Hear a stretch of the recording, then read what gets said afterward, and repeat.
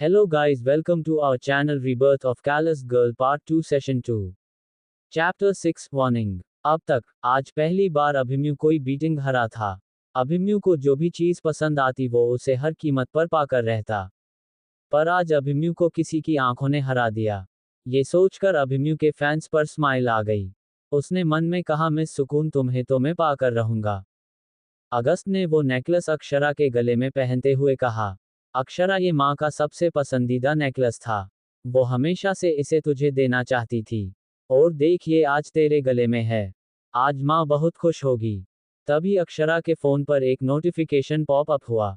अक्षरा ने वो एमएसजी अगस्त के सामने खोल और अपना फोन अगस्त की ओर कर दिया। अक्षरा के फोन पर एक न्यूज चल रही थी।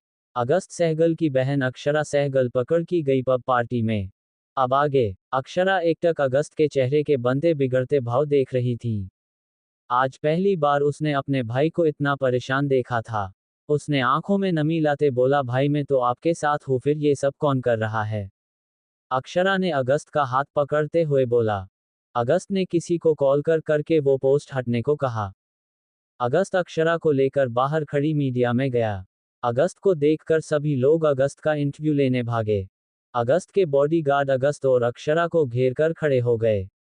अगस्त ने इंटरव्यू देते हुए कहा, आप लोग तो मुझे जानते हैं और मैं जनता हूँ, आप मेरे साथ खड़ी इस लड़की की आइडेंटिटी जानने के लिए एक्साइटेड होंगे। तो आपको मैं बता दूं, ये मेरी बहन अक्षरा सहगल है और ये आज शाम से ही इस ऑक्शन में मौजूद है। तो मेरी रिक्वेस्ट है, आप सब लोग झूठी अफवाह फैलान बंद करें, ये मेरी लास्ट वार्निंग है। इतना कहकर अगस्त अक्षरा के साथ अपने घर चला गया। सहगल मैंशन के आगे दो कार आकर रुकी। एक कार से अगस्त और अक्षरा उतरे तो दूसरी कार से माया और रूही उतरे।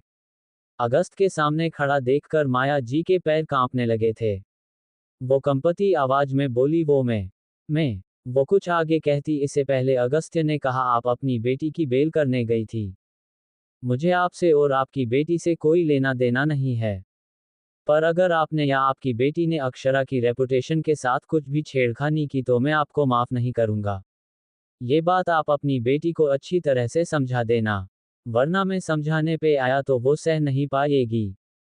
माया ने अपनी नजरें अक्षरा की ओर की, उन्हें लग रहा था अक्षरा उसका पक्ष लेगी। आज तक अगस्त्य के गुस्से से अक्षरा ने ही उन्हें बचाया था, पर आज अक्षरा ने एक शब्द नहीं कहा।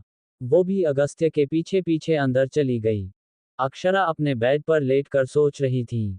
वैसे तो ये कोई बड़ी बात नहीं थी, पर इस बात से पिछले जन्म में उसके भाई का दिल टूट गया था। अक्षरा जानती थी रूही कुछ भी करके ये इल्जाम उसके सिर डालने का ट्राई जरूर करेगी, भले इस बार भाई को पता था, पर उसके पापा अब भी अनजान थे।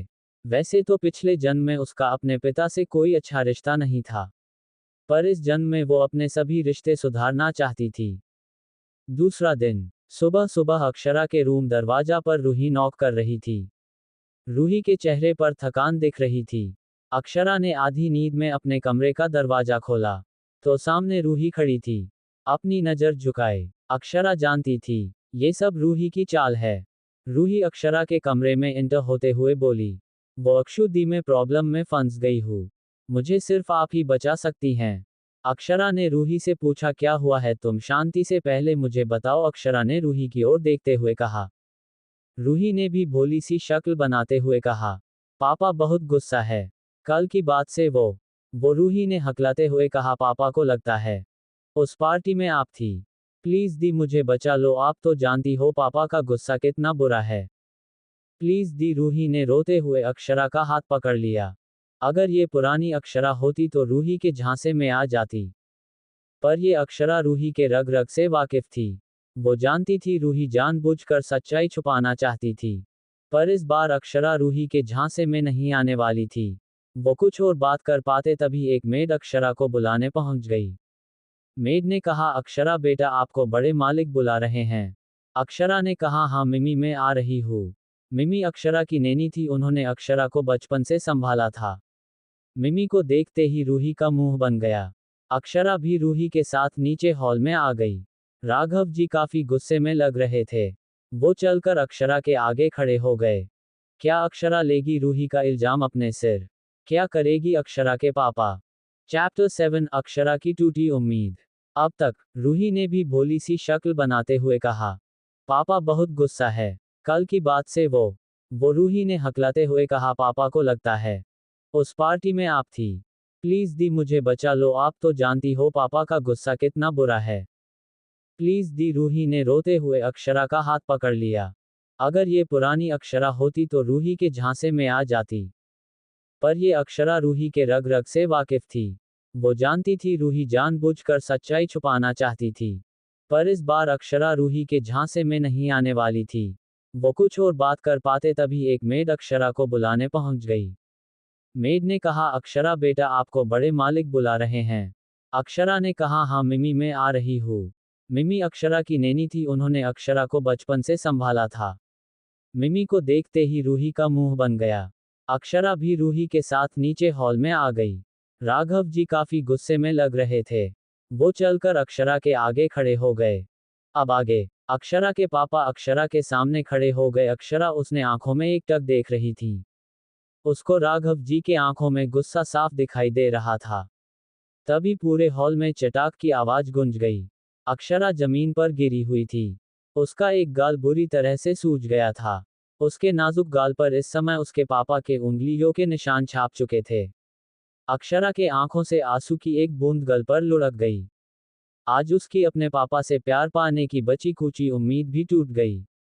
अक्षरा अपने पापा से रिश्ता अच्छा करना चाहती थी, पर उसके पापा हमेशा से उससे छिड़े हुए ही रहते। ये तक कि उन्होंने अक्षरा से एक शब्द भी नहीं पूछा। उन्होंने सीधा अक्षरा के गाल पर चाटा मार दिया। अक्षरा कुछ बोलती इससे पहले राघव जी ने अक्षरा को उसके रूम में कैद रहने का ऑर्डर दे दिया। रूही को तो अक्षरा को मार खाता देखकर मजा आ रहा था। उसने अपने फैंस पर बड़ी मुश्किल उदासी भरे भाव बनाए रखे थे। मिमी ने भी आगे आकर अक्षरा की उठने में मदद करने लगी। तभी सभी के कानों में अक्षरा की तीखी आवाज सुनाई दी, किस हक से आपने मुझे मारा और किस गलती के लिए मैं रूम में बंद रहूं। अक्षरा की ये बात सुनकर रूही और माया जी की पैर के नीचे से जमीन खिसक गई। उन्हें लगा नहीं था कभी अक्षरा राघव जी से ऐसे बात करेगी। माया ने तो हमेशा अक्षरा को यही बताया था, उसके पापा को उनके समाने बात करने वाले लोग बिल्कुल पसंद नहीं है। और अक्षरा को भी अपने पापा से प्यार चाहिए था, इसलिए उसने इन सब बातों पर विश्वास कर लिया था। इसीलिए आज तक अक्षरा ने अपने पापा के सामने एक शब्द भी नहीं कहा था। इसी चीज का इस्तेमाल आज तक रूही करती आई थी। जब भी वो कोई गलती करती तो अक्षरा का नाम आगे कर देते, और अक्षरा भी चुपचाप से सब सहती रहती। यहाँ तक राघव जी उसे जो भी सजा देते वो भी अक्षरा चुप करके सह जाती। अगस्त्य के लाख बार समझने पर भी वो अपने पापा का दिल नहीं तोड़ती। पर आज पहली बार अक्षरा ने अपनी आवाज राघव जी के सामने उठाई थी। अक्षरा की बात सुनकर राघव जी का गुस्सा सातवें आसमान पर पहुंच गया था। राघव जी ने एक बार फिर अक्षरा को मारने के लिए अपना हाथ हवा में उठा लिया, पर वो थप्पड़ अक्षरा को लगता उससे पहले ही अगस्त्य ने उनका हाथ हवा में ही रोक दिया। उसने गुस्से से राघव जी का हाथ झटक दिया और अक्षरा के गाल को सहलाते हुए बोला, बच्चा क्या आप ठीक हो? मुझे माफ करना, मैं पहले यह नहीं पहुंच पाया। इसी वजह से आपके साथ ऐसे करने की इन लोगों की हिम्मत हुई। वो गुस्से से राघव जी के ओर पलटा और कहने लगा, हाउ डेयर यू, अपने मेरी बहन पर हाथ उठाया कैसे? राघव जी ने भी गुस्से में चिल्लाते हुए कहा, क्या तुम आंधे हो क्या? तुमने देखा नहीं कैसे इस लड़की ने हमारी नाक कटवा दी? इसकी वजह से हमारे खानदान की इज्जत मिट्टी में मिल गई। अब बस भी कर दो, इस लड़की की तरफदारी करना। अगस्त्य ने भी चिढ़ते हुए कहा, चिल्लाई मत मिस्टर सहगल। कम से कम किसी पर इल्जाम लगाने से पहले ये तो देख लेना चाहिए कि जो इल्जाम आप उस पर लगा रहे हो वो सही भी है या गलत। क्यों मिसेज सहगल? अगस्त्य ने माया जी के ओर देखते हुए कहा। अब माया जी के पसीने छूटने लगे थे। उनसे अगस्त्य की नजरें और बर्दाश्त नहीं हुई। उन्होंने राघव जी का हाथ कसकर पकड़ते हुए कहा, आप बस भी कर दीजिए अब। बहुत हो गया, बच्ची है, गलती हो जाती हैं। उन्होंने कांपते हुए कहा। राघव जी ने कहा, पर उस लड़की को तो अपनी गलती का एहसास भी नहीं है। सेक्रेटिक स्माइल करते हुए अक्षरा ने कहा, आंटी क्या आप बता सकती हैं आप किस बच्ची की बात कर रही हैं? अक्षरा ने एक नज़र रूही को देखा और कहा, अगर आपको बताने में प्रॉब्लम हो रही तो मैं बता दूं। क्या अक्षरा फोड़ देगी रूही का भांडा? क्या राघव जी रूही को भी देंगे सजा, या उसे मिलेगी माफी? चैप्टर 8 रूही की खुली पोल। अब तक सेक्रेटिक स्माइल करते हुए अक्षरा ने कहा, आंटी क्या आप बता सकती हैं आप किस बच्ची की बात कर रही हैं? अक्षरा ने एक नज़र रूही को देखा और कहा, अगर आपको बताने में प्रॉब्लम हो रही तो मैं बता दूं। अब आगे। अक्षरा के एक एक शब्द के साथ रूही को पसीने छूटने लगे थे। अब अक्षरा के साथ साथ अगस्त्य भी रूही को घूर रहा था। अब रूही की हालत बहुत खराब होने लगी थी। तभी अगस्त्य ने अपनी जेब से फोन निकलते हुए एक वीडियो राघव जी के आगे कर दिया। फोन देखते हुए राघव जी के चेहरे के भाव बदलने लगे। उन्होंने वो फोन रूही की ओर करते हुए कहा, ये सब क्या है? उस फोन में रूही का कल का वीडियो चल रहा था। उसमें रूही की शक्ल साफ दिखाई दे रही थी। रूही घुटने के बल बैठते हुए बोली, सॉरी पापा, मुझे डर लग रहा था, इसलिए कुछ नहीं कहा। प्लीज पापा गुस्सा मत करो। अब अक्षरा और अगस्त्य चुपचाप सब देख रहे थे। माया जी ने भी राघव जी से कहा, माफ कर दो बच्ची को, नादानी में गलती हो गई। राघव जी ने एक बार रूही को देखा और एक जोरदार चांटा माया के गाल पर दे मारा। माया का चेहरा एक तरफ झुक गया था। राघव जी ने दांत पिसते हुए कहा, तुम बदतमीज औरत, तुम्हारी हिम्मत कैसे हुई सच्चाई छुपाने के? जब तुम्हें सब सच पता था तब तुमने मुझे क्यों नहीं बताया? अब रूही को भी वही सजा मिलेगी जो अक्षरा को मिलने वाली थी। अब रूही भी एक हफ्ते तक अपने कमरे में बंद रहेगी और मैं तुम्हारे सारे क्रेडिट कार्ड वापस ले रहा हूँ। आज से तुम्हें महीने के आखिर में सिर्फ कुछ जरूरत के पैसे मिलेंगे। राघव जी की बात सुनकर रूही की पैरों तले जैसे किसी ने ब्लास्ट कर दिया हो, उसे ऐसा झटका लगा। वो कुछ कहना चाहती थी, पर राघव जी के आंखों में दिख रहे गुस्से से वो डर गई। राघव जी ने भी अक्षरा से माफी मांगते हुए कहा, माफ कर देना बेटा, मैं नहीं जानता था। इस सब में आपकी कोई गलती नहीं है। वो अक्षरा के सिर को छूने वाले थे, पर तभी अक्षरा 2 कदम पीछे हट गई। राघव जी ने एक गुस्से सी भरी नजर माया जी पर डाली जो सिर झुकाए खड़े थी, और अपने कमरे में चले गए। मिसेज सहगल, लगता है आपने मेरी कल के वार्निंग को मजाक में ले लिया है। ये आखिरी बार है जब मैं आपको समझा रहा हूँ। मेरी बहन से दूर रहिएगा वरना मुझसे बुरा कोई नहीं होगा।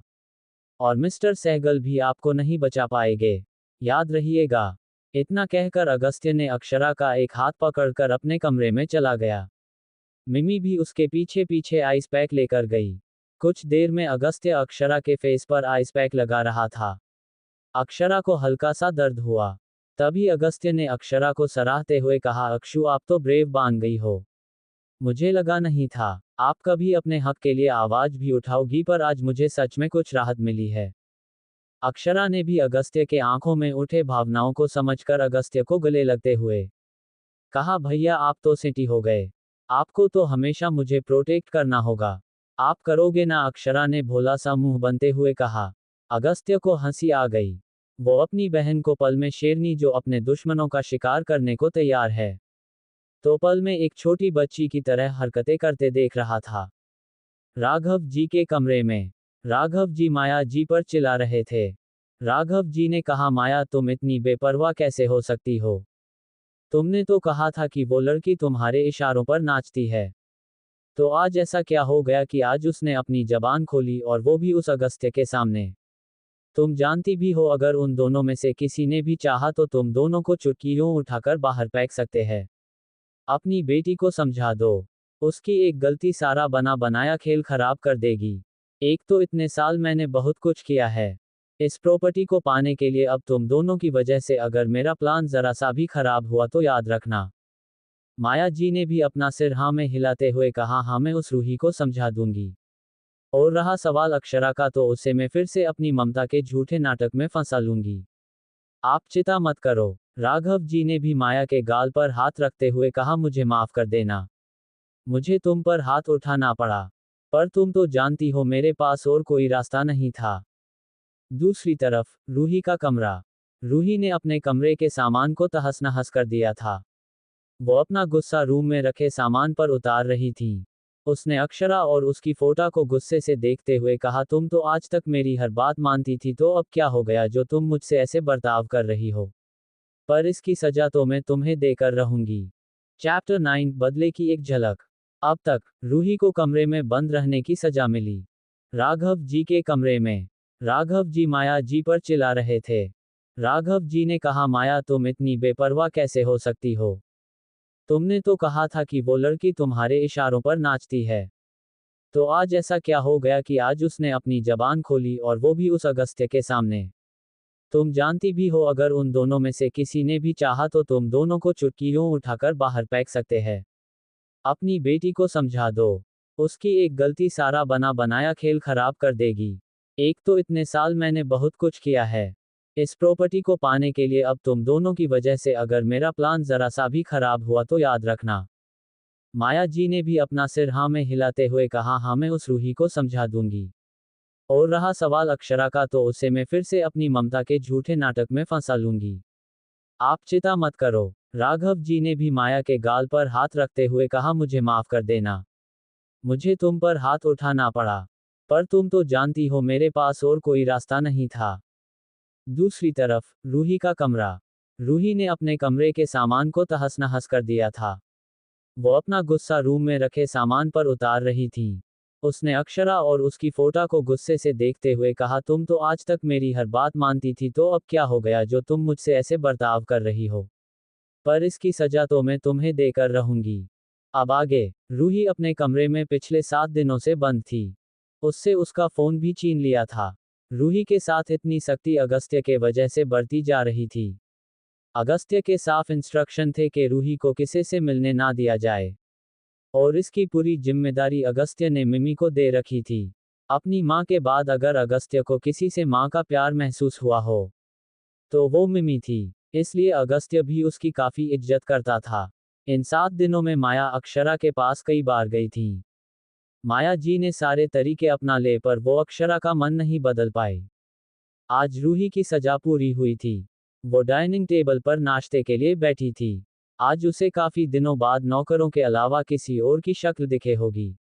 माया जी भी रूही के आगे पीछे भाग रही थी। अब तक डाइनिंग टेबल पर सिर्फ माया, राघव और रूही मौजूद थे। तभी सीढ़ियों से अगस्त्य और अक्षरा एक दूसरे का हाथ पकड़कर उतरे। तभी उनका ध्यान सामने दिख रही परफेक्ट फैमिली पर था। वो दोनों भी जानते थे कि रूही माया और राघव की अपनी बेटी है, पर आज तक उन लोगों ने उसे गोद ली गई बेटी बनाकर रखा है।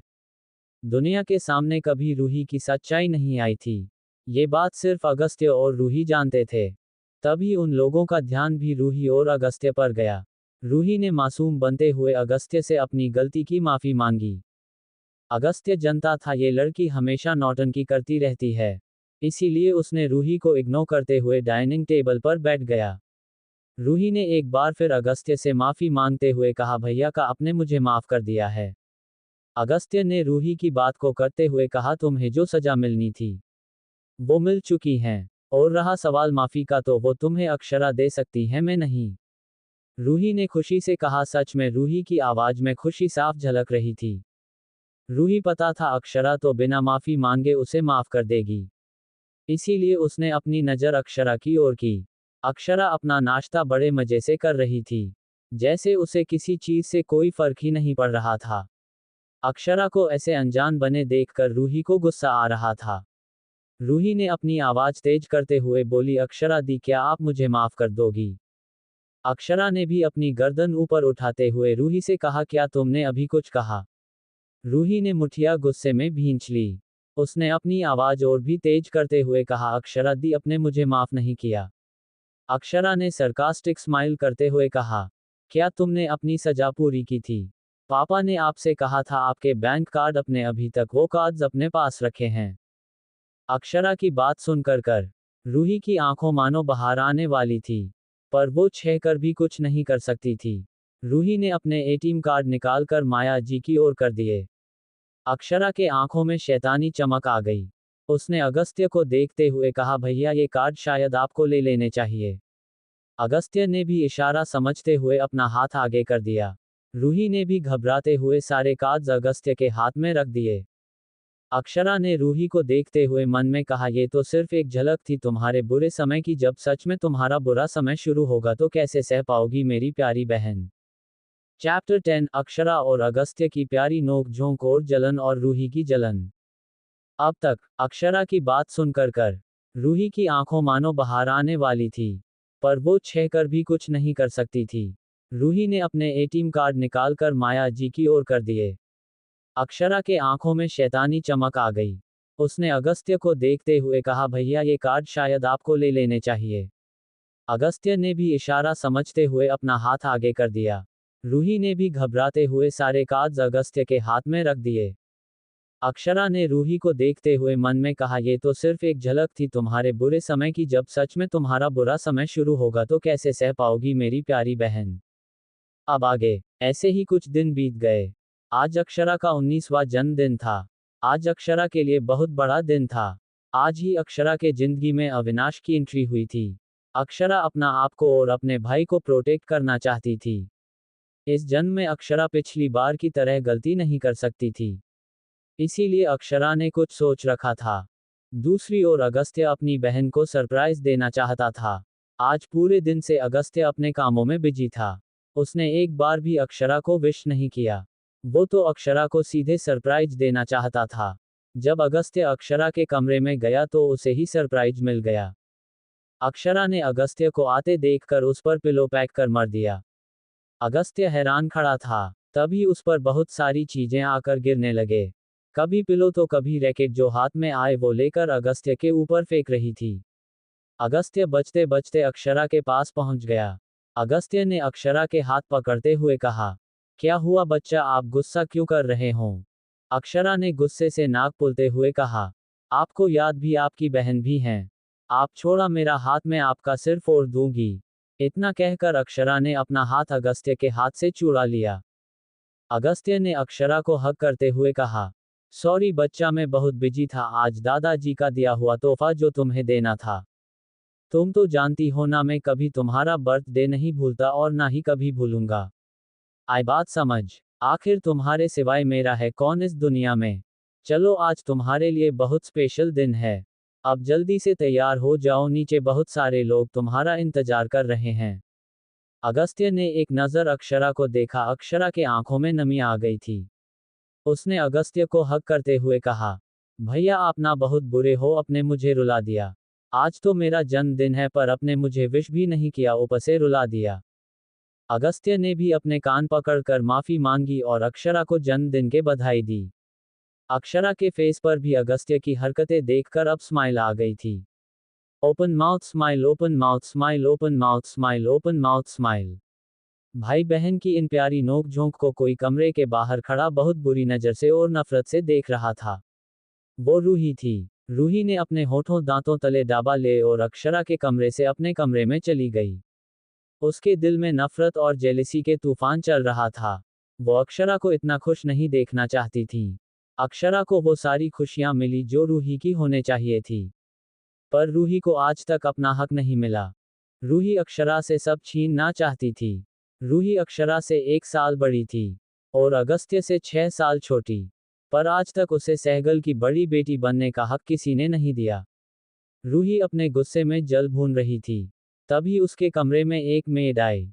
उसने रूही के कान में कुछ कहा, जिससे रूही काफी खुश हो गई। उसने हंसते हुए अपने पास से कुछ पैसे निकलकर उस मेड के हाथ पर रख दिए और हंसते हुए बोली, अब आएगा मजा। और जोर जोर से हंसने लगी, हा हा हा। इधर सहगल मैंशन को किसी दुल्हन की तरह सजाया गया था। आज सहगल मैंशन किसी भी कीमत पर कम नहीं लग रहा था। मैंशन को फूलों से सजाया गया था। हर चीज अक्षरा के पसंद के अनुसार थी। पार्टी में बहुत बड़े खानदान के गेस्ट आने वाले थे। बिजनेस सर्कल के भी बहुत सारे लोग आज इस पार्टी में शामिल होने आने वाले थे।